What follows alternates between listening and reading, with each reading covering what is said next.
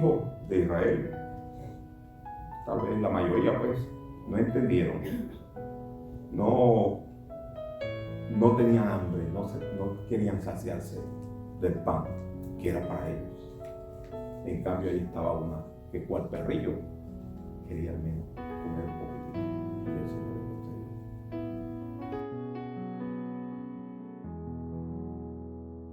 concedió. El Evangelio según San Mateo, capítulo 15, y empezando desde el versículo 21.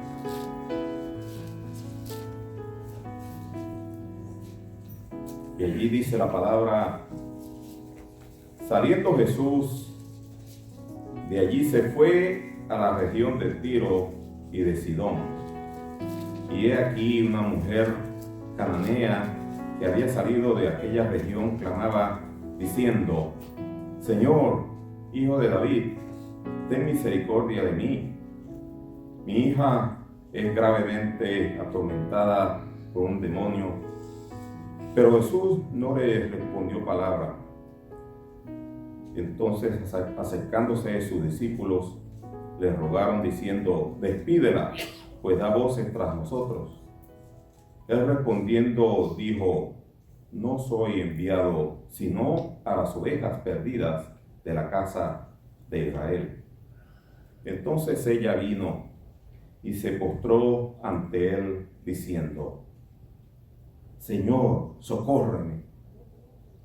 Respondiendo él dijo: no está bien tomar el pan de los hijos y echarlo a los perrillos.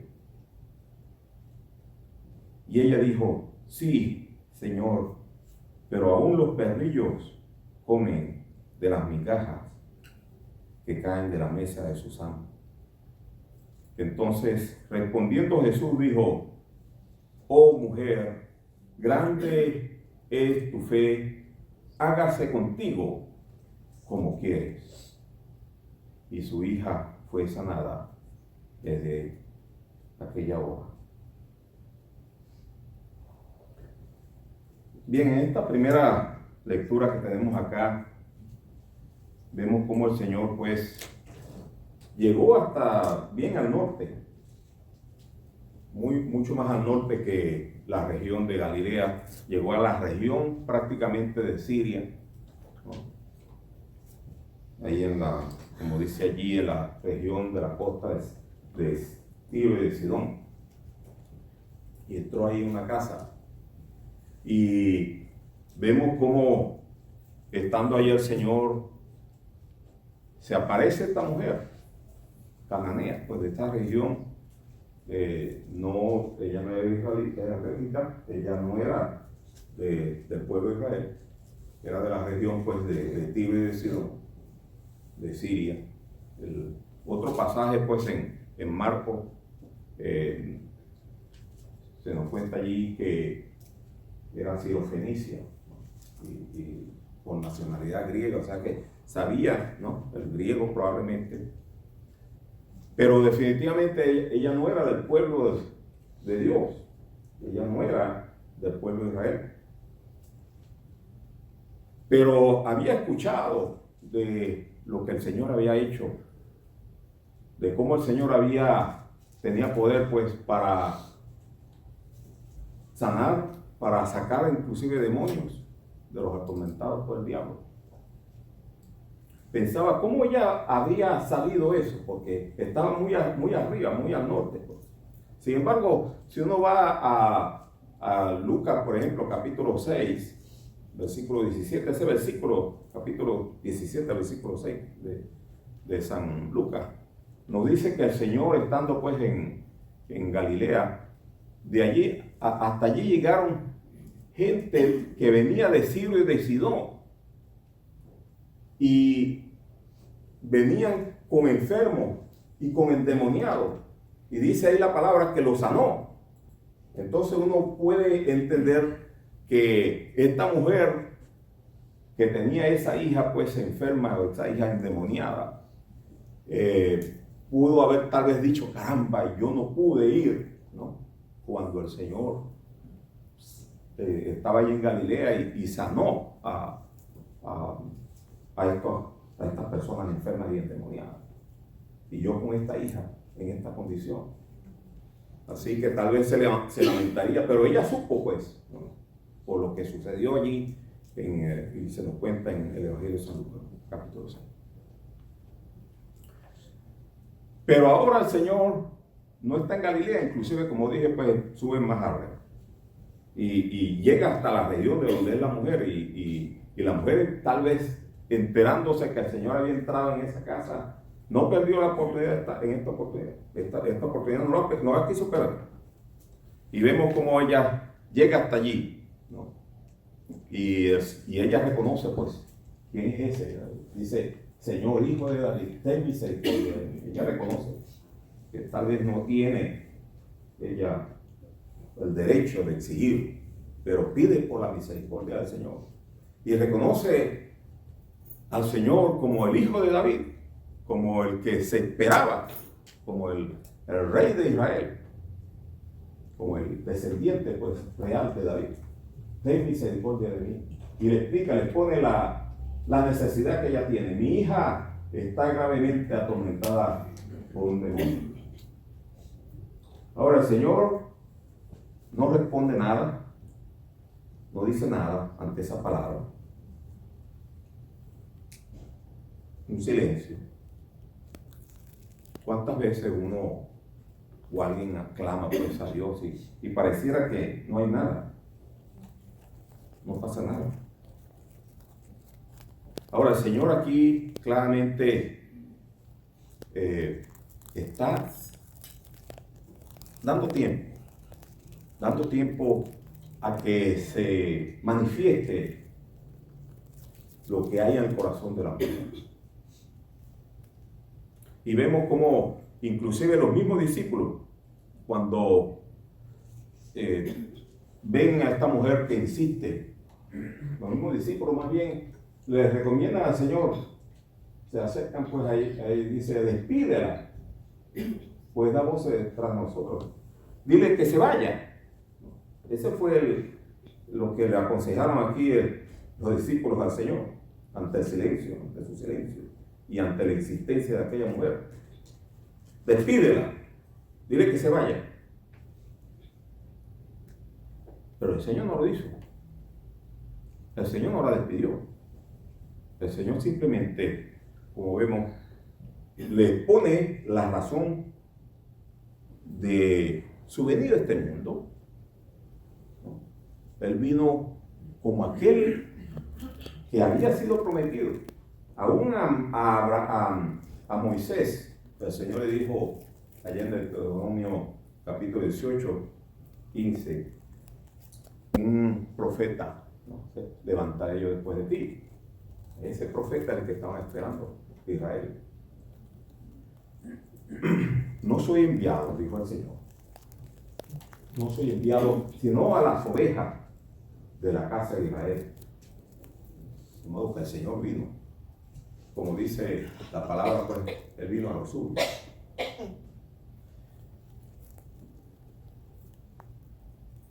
¿Y qué más vemos? ¿Qué hizo aquella mujer?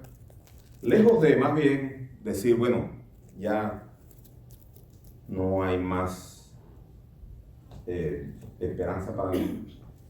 Ella viene, imagínense, se postra delante del Señor. Y aún así, y aún allí, pues, ella dice: Señor, socórreme. Socórreme.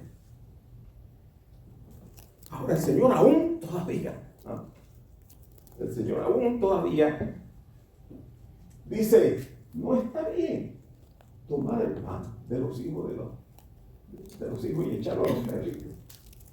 No está bien dejar de comer, dejar de dar comida pues a los hijos, a los de la casa, para alimentar a un animalito. Hay prioridades. Primero son los hijos. Pero fíjense cómo el Señor hace todo eso, no va y concede pues la petición que exige esta mujer, sino que espera hasta que la fe de la mujer aflorece, ¿no? Completamente. Y entonces cuando esta mujer dice esta expresión, sí, Señor, ¿no? Ella está de acuerdo, ¿no? Lo que ha dicho el Señor es completamente cierto. El Señor no está diciendo mentira, el Señor está diciendo la verdad. El Señor de antemano sabía lo que ella iba a decir, pero quería que lo dijera para que quedara aquí escrito, ¿no? Ella reconoció que lo que decía el Señor era cierto. No está bien dar el pan de los hijos a los perros, aunque se quiera mucho al animalito y aunque pareciera bien, una buena acción, pero hay prioridades, como decía, y hay que dar primero la comida a los hijos antes que a los animales. Aunque dar comida a los animales sea una buena acción, pero no está bien. Hay prioridades. Y por eso ella dice, sí, Señor, acepta eso. Es cierto lo que tú dices. Pero aún los perrillos comen de las migajas que caen de la mesa de sus amos. Y eso es lo que el Señor quería escuchar, ¿no? Y eso es lo que al Señor le maravilló. El Señor se maravilló, se asombró, ¿no? Por eso dice el Señor, oh mujer, grande es tu fe. Hágase entonces, ¿no? Confía. Y dice pues las palabras que su hija fue sanada en esa misma hora.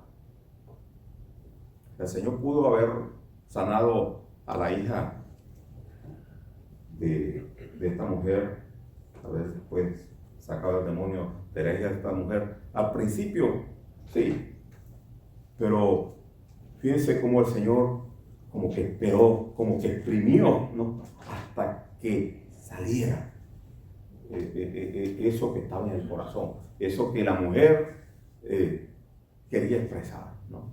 O llegó a expresar. Aquella mujer quería saciar, ¿no? Aunque sea de la migaja. Y es interesante cómo los hijos incrédulos de Israel no querían comer del pan.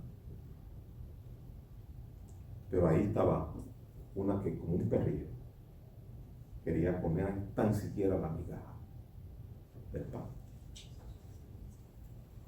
Y bastó una migaja de la misericordia y de la gracia de Dios. No hacía falta comer una gran cantidad, como ella misma expresó, pues aún la migaja. Y el Señor le concedió. Y ella pudo comer de esa migaja. Y estoy seguro que cuando esa mujer llegó allá, pues y vio a su hija completamente sana, definitivamente su fe creció aún más. Grande era su fe, porque en medio de esa gran realidad de que no era para los fenicios, no era para los sirios, que el Señor había venido para exponer la palabra, aún ella insistió hasta conseguir un poquito, que era lo que faltaba, que era lo que bastaba.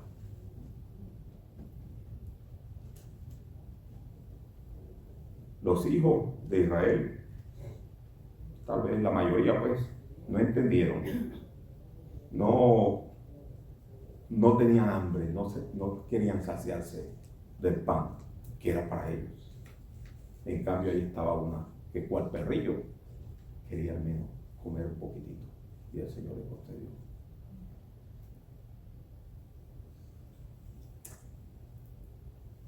Muy bien, vamos a pasar a otra porción que está ahora en el Evangelio de San Marcos, en el capítulo 9.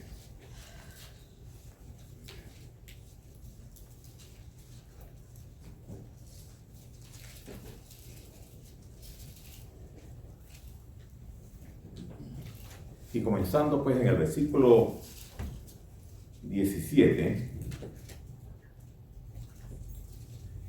dice allí la palabra: y respondiendo uno de la multitud, dijo: al Señor Jesús, ¿no? Maestro, traje a ti mi hijo, que tiene un espíritu mudo, el cual donde quiera que le toma, le sacude y echa espumarajos y cruje los dientes y se va secando. Y dije a tus discípulos que lo echasen fuera y no pudieron. Y respondiendo él les dijo: oh generación incrédula, ¿hasta cuándo he de estar con vosotros? ¿Hasta cuándo os he de soportar? Traédmelo. Y se lo trajeron, y cuando el espíritu vio a Jesús, sacudió con violencia al muchacho, quien cayendo en tierra se revolcaba echando espumarajos. Jesús preguntó al padre: ¿cuánto tiempo hace que le sucede esto? Y él dijo: desde niño. Y muchas veces le echan el fuego y en el agua para matarlo. Pero si puedes hacer algo, ten misericordia de nosotros y ayúdanos. Jesús le dijo: si puedes creer, al que cree, todo es posible. E inmediatamente el padre del muchacho clamó y dijo: creo, ayuda a mi incredulidad. Y cuando Jesús vio que la multitud se agrupaba, reprendió al espíritu inmundo, diciéndole: espíritu mudo y sordo, yo te mando, sal de él y no entres más en él. Entonces el espíritu, clamando y sacudiendo con violencia, salió, y él quedó como muerto, de modo que muchos decían: está muerto. Pero Jesús, tomándole de la mano, le enderezó y se levantó. Cuando entró en casa, sus discípulos le preguntaron aparte: ¿por qué nosotros no pudimos echarle fuera? Y él les dijo: este género no sale, con nada puede salir, sino con oración y ayuno. Muy bien, ahora vemos acá otro caso, también endemoniado, también un hijo. Ahora es un padre que tiene un hijo, pues. Ahora este demonio o este espíritu, pues, entraba y salía. No permanecía siempre con él allí, sino que entraba y salía, y cada vez que lo toma, como el hombre se explicaba, cada vez que lo toma, lo sacude y echa espumarajo, ¿no? O sea, es una manifestación muy grotesca, pues, de este espíritu sobre el muchacho. Y sabemos, pues, que como dijo este padre, que lo trajo primero a los discípulos, a los 9 que habían quedado, porque el Señor había ido con 3 de sus discípulos al monte donde se transfiguró el Señor. Cuando bajaron de allí, del monte de la transfiguración, venía él, pues, con Pedro, Juan y Jacobo, y los otros 9 habían quedado allí.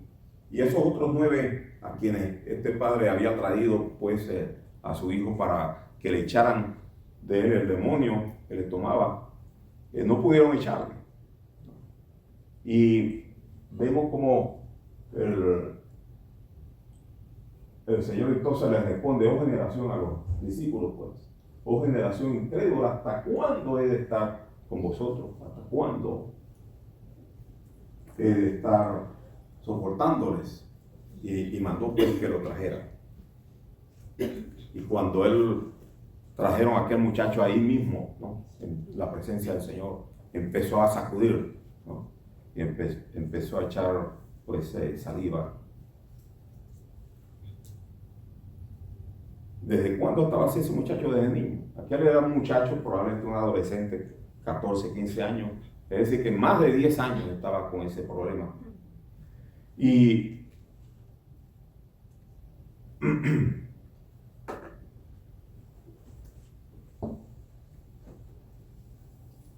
el Señor entonces le dice: Fíjese que no, el Señor, a pesar de que lo tenía ahí, Él no lo sana de una vez, Él no echa al demonio de una vez, sino que le dice al Padre, si puedes, ¿no?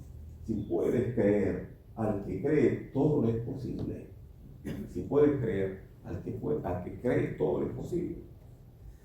Y fíjense que como vimos en el primer caso, primero tiene que manifestarse la fe, tiene que manifestarse pues el creer, ¿no? Así como aquella mujer tuvo que manifestar su grande fe, y cuando el Señor vio esa grande fe, el Señor actuó. Así mismo acá, ¿no? El Señor le dice a este hombre, si crees, si puedes creer, al que cree todo es posible. Ahora yo me imagino a aquel hombre cómo estaba su moral, no su moral, pero sí su fe estaba quebrantada, ¿no? ¿Por qué? Porque él pensaba que aún sus discípulos, aquellos hombres que estaban con el Señor, debieron en el nombre del Señor haber sacado al demonio. Y no pudieron. De modo que entonces ya aquel hombre, su fe estaba flaca. Ya aquel hombre vio como los discípulos pudieron decir varias veces, ¿no? Tal vez, sal, y no pasó nada.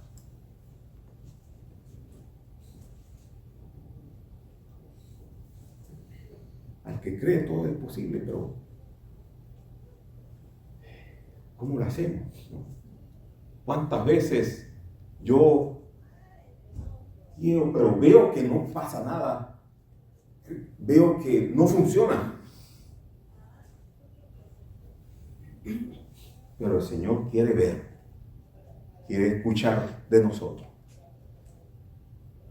Sí, creo. Y aquel hombre estaba lleno de unidad, a pesar de que quería decir creo, ¿no? Y lo dijo, pero lo dijo prácticamente como requisito indispensable, porque el Señor lo dice, pues, si al que cree todo es posible. ¿Crees? ¿No? Y aquel hombre tuvo que decir como requisito indispensable, creo. Pero aquel hombre fue franco, ¿no? Sí, Señor, creo, pero quiero decirte la verdad, ¿no? Estoy lleno de incredulidad. Ayúdame, ¿no? Ayuda a esta incredulidad que yo siento. Y eso fue lo que el Señor, allí fue donde el Señor ayudó. ¿Cuántas veces, hermanos, nosotros mismos, ¿no? Queremos creer, pues, pero tantas cosas en nuestra mente, tantas cosas, tanta dificultad, ¿no? Para creer, para saber que el Señor es capaz de hacerlo. El hombre aquel tal vez se le venían las imágenes de cómo los discípulos quisieron ayudarle y no pudieron. Por eso aquel hombre tuvo que decir, creo, ayuda mi incredulidad. Pisteo, en griego, pisteo, versei te moi, apiste. O sea, creo, ¿no? Tengo fe, ayuda mi falta de fe, apiste, falta de fe.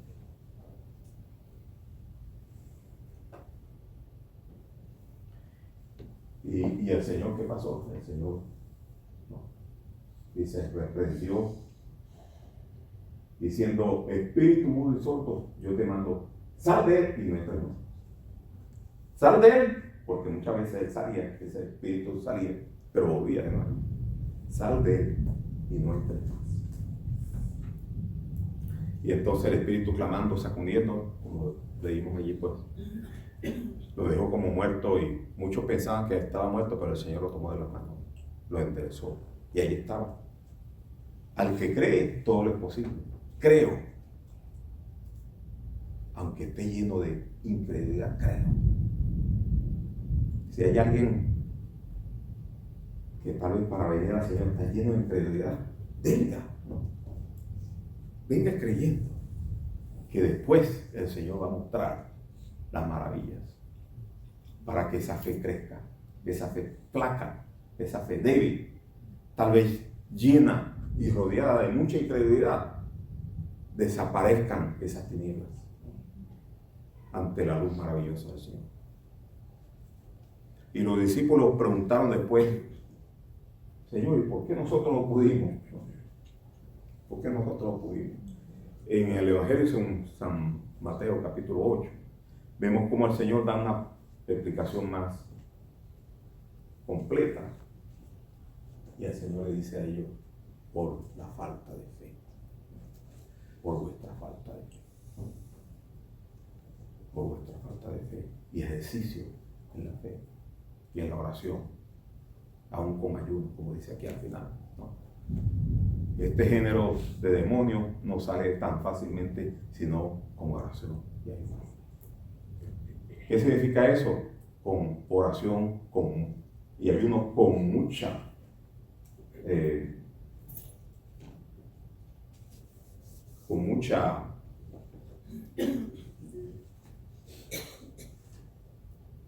comunión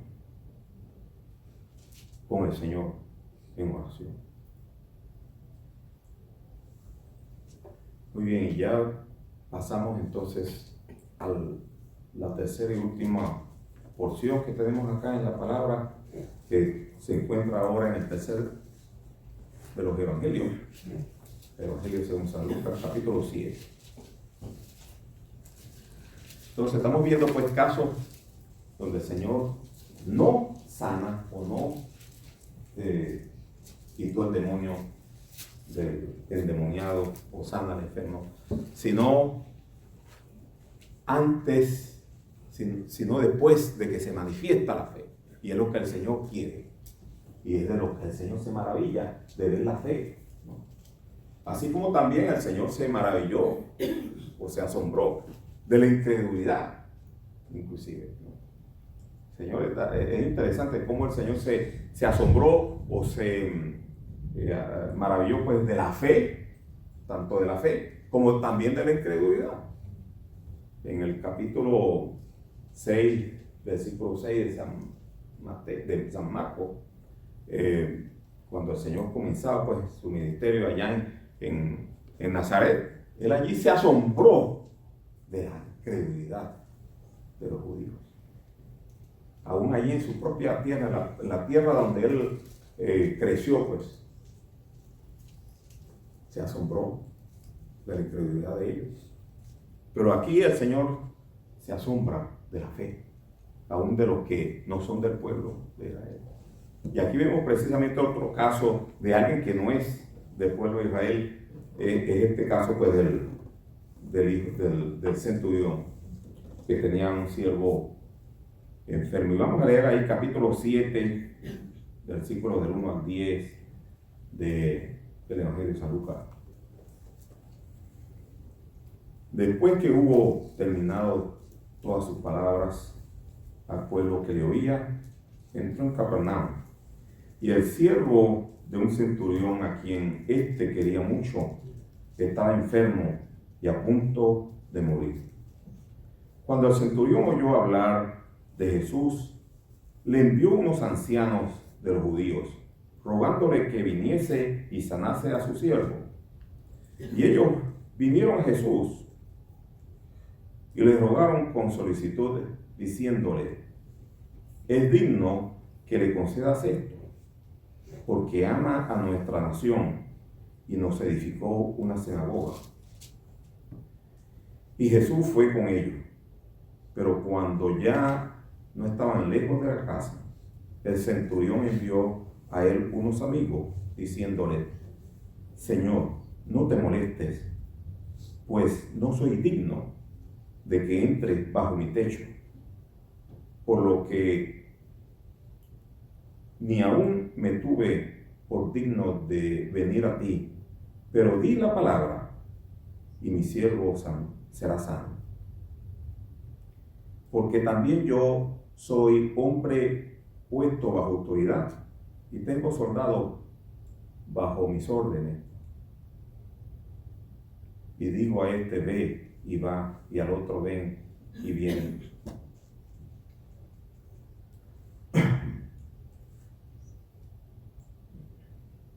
Y al otro, ven y viene, y a mi siervo, hace esto, y lo hace.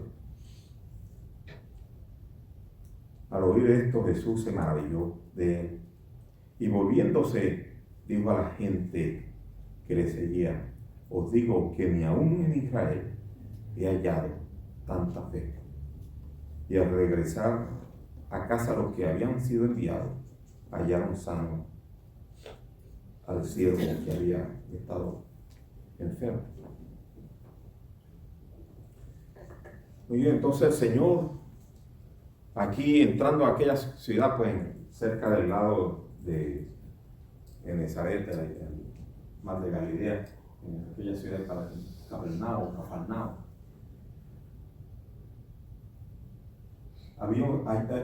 el siervo de un centurión a quien quería mucho, dice que está enfermo. Ahora este centurión no fue, él sabía probablemente bien que no estaba bien para un judío hablar directamente pues con alguien que no era.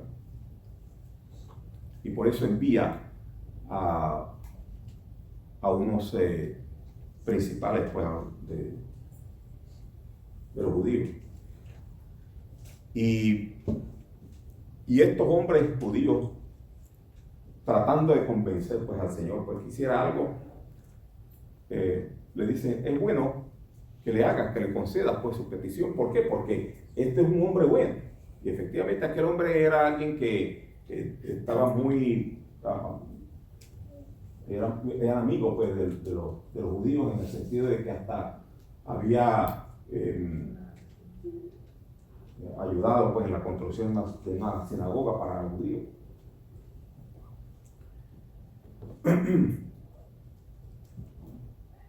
Y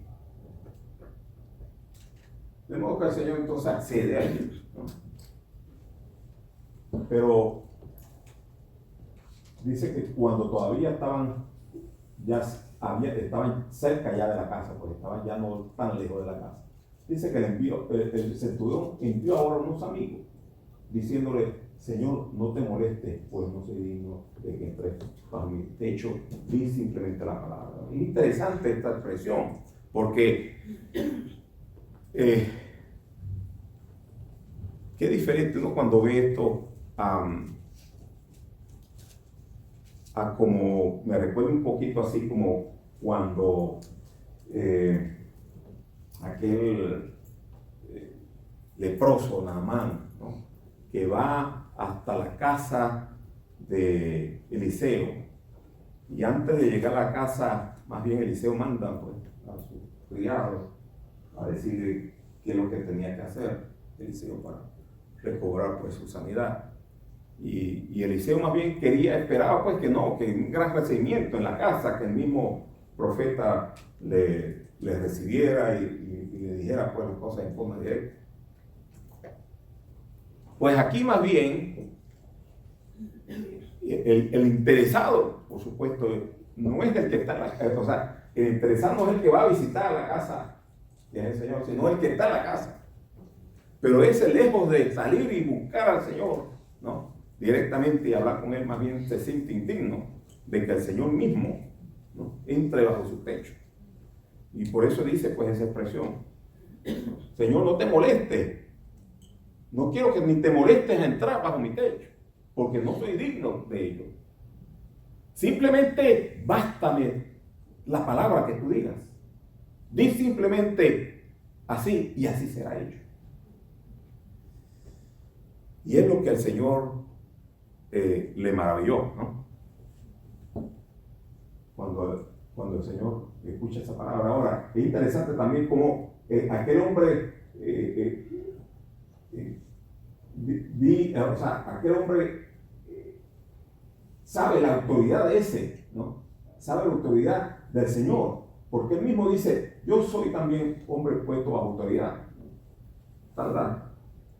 el César y las autoridades romanas me mandan a mí, ¿no? Pero yo también, y yo también gobierno o mando pues a los soldados y a mis siervos. O sea que él estaba claro en los dominios, lo que los mandaban a él, y que él mismo también podía mandar a otros. Y él sabía que ese Jesús era el que tenía dominio sobre todo, que tenía dominio aún sobre la enfermedad, era Señor sobre ellos.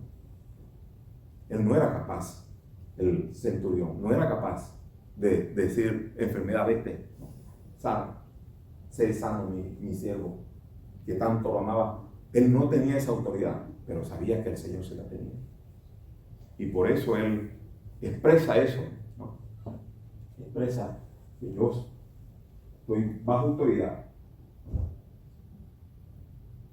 pero y yo también tengo soldados bajo mi autoridad. Igualmente digo a este: ve y va, ¿no? Y al otro: ven y viene. Y digo a mi siervo: haz esto, y lo haces. O sea que fíjense como él mismo pone el ejemplo, ¿no? de su propia vida en cuanto a cómo él reconoce que el Señor era capaz de decir una sola palabra y con eso se hacía. Y eso fue lo que le maravilló al Señor.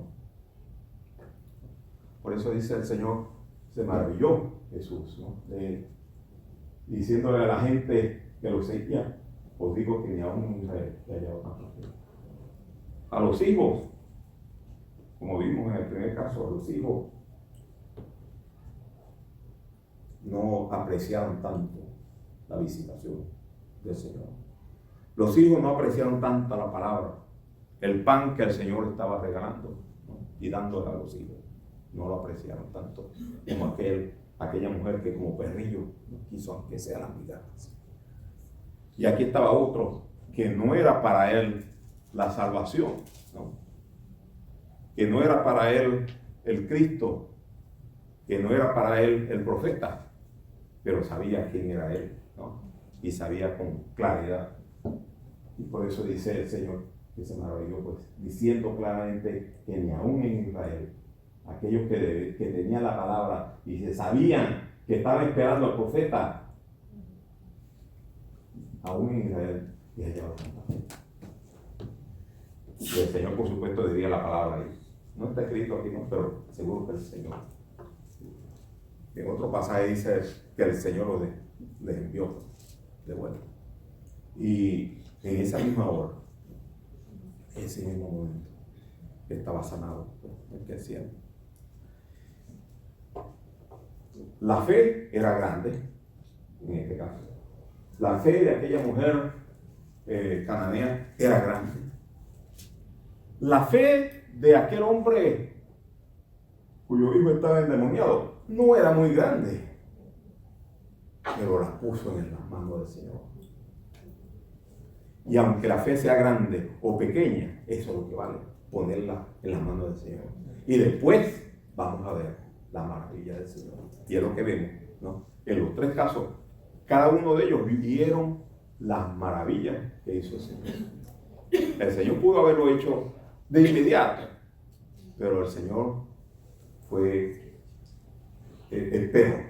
esperó hasta ver qué había en el corazón de cada uno, hasta que floreciera la fe.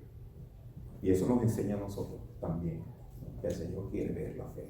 Muchas veces las cosas no se dan así. Quiere ver la fe.